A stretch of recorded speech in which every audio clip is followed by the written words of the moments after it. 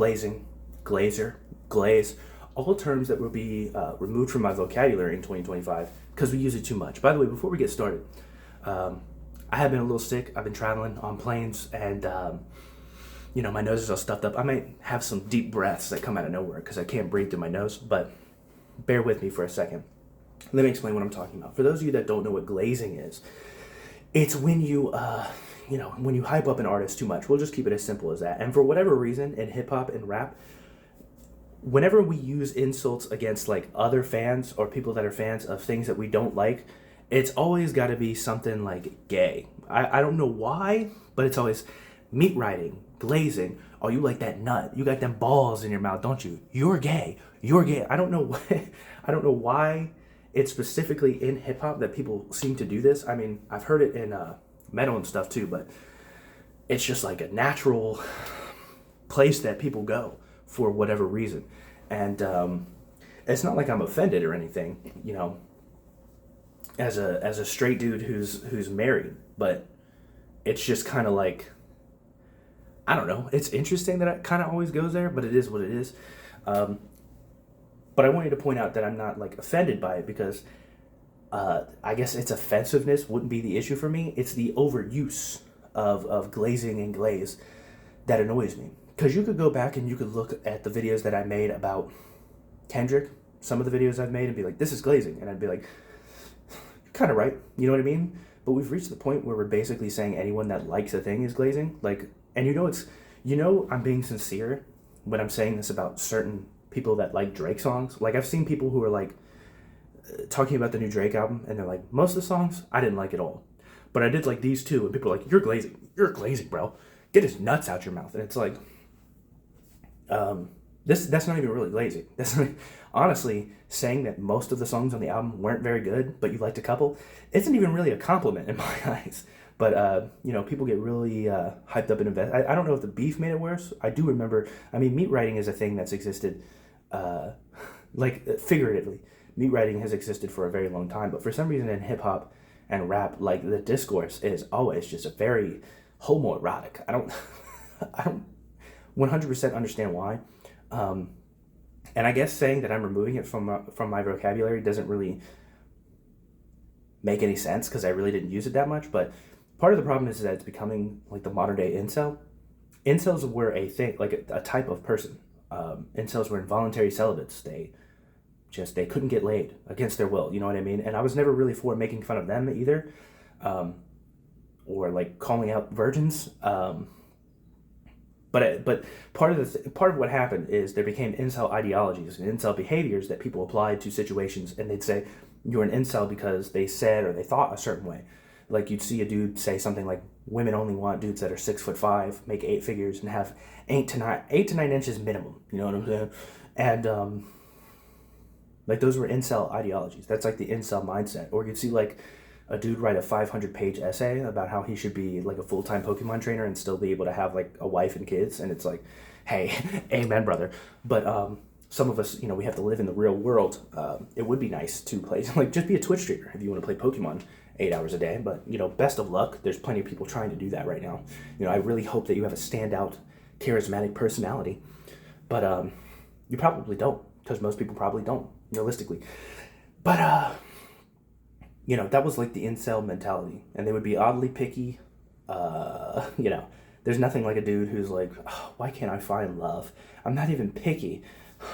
I must just be like I'm a 1 out of 10. And then they post like, Sydney Sweeney is actually kind of ugly. And it's like, are you really not that picky? Because I feel like, obviously preference is a thing, but like, I feel like if you're posting nonstop about how hard it is for you to date and how women are too picky, but then you're saying things like Sydney Sweeney is ugly, I don't know. At a certain point, I feel like even if you're not super into like blonde women, there has to be a part of you that like gets it. I don't know. But that was part of the problem. We started to use incel. I say we, like I ever used the term incel to describe a person. But people in general started to apply incel to not just people that were actual incels or had incel ideologies, but really just dudes that were kind of mean. Like, a dude could just be like, she looks kind of fat here. And that guy could have a wife and kids, and he'd be like, what are you, some kind of incel? And it's like, well, by definition, no, because we all know how babies are made, right? Like he's got a wife and kids. They figured that one out. Incel's probably not what he is, but even incel ideology, I don't think necessarily just being like a mean dude and having, I guess, preferences, even though his preferences might, like the way he voices his preferences might seem kind of mean, that doesn't actually really make him an incel. And then there's the fact that we started to just apply it to people that weren't even necessarily being mean towards women. They would just be like, I like this movie, or like I remember when there are people that like the Joker movie, the 2018 one, not the new one, and they're like, this is an incel movie. It's an incel movie right here. Anyone that likes it's an incel, and it's like, not really, because I mean I like the 2018 Joker movie, and you know when I watched that movie, I watched that movie with my girlfriend, now wife. So, you know, you kind of get the idea of what I'm getting at here. Kind of hard.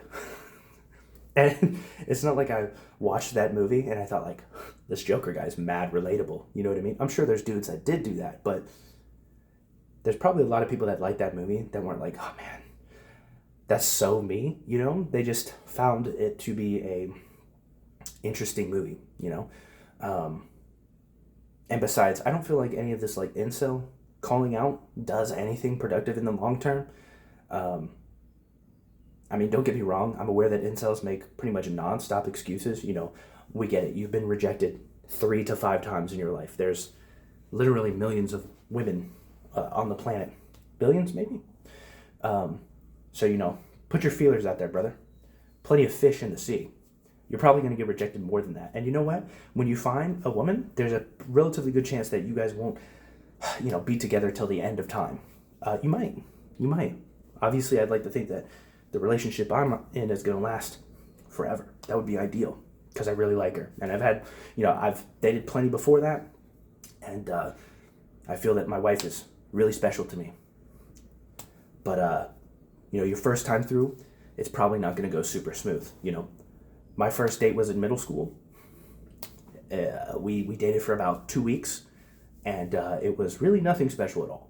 So I'll be all right. And some of you didn't date in middle school or high school, and there's nothing wrong with that either. Some of you will leave like short essays about... See, now we're going off on incels, and we should be talking about glazing, but you get the idea. I was going to say, some of you leave short essays about how you couldn't find love in high school. You weren't missing out on much. You're missing out on like an awkward 2-week relationship, maybe a month-long relationship. I don't know. Maybe you find your high school. Maybe you're like part of the 5% of people that find their high school sweetheart, if it's even that high. But glazing, we use it too much. I think maybe in the modern internet age, not only are things kind of rotating out and cycling out of our vocabulary super fast because it's the internet. Memes rotate out. A month from now, it's not even a month, like 2 weeks from now, what's popular is not going to be as popular. It's amazing that Not Like Us gets made fun of all the time. Well, the people that quote it and parody it, they get made fun of all the time.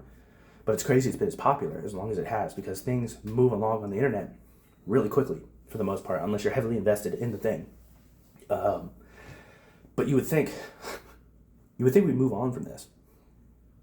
But we just keep over abusing it, and it's lame. It's lame.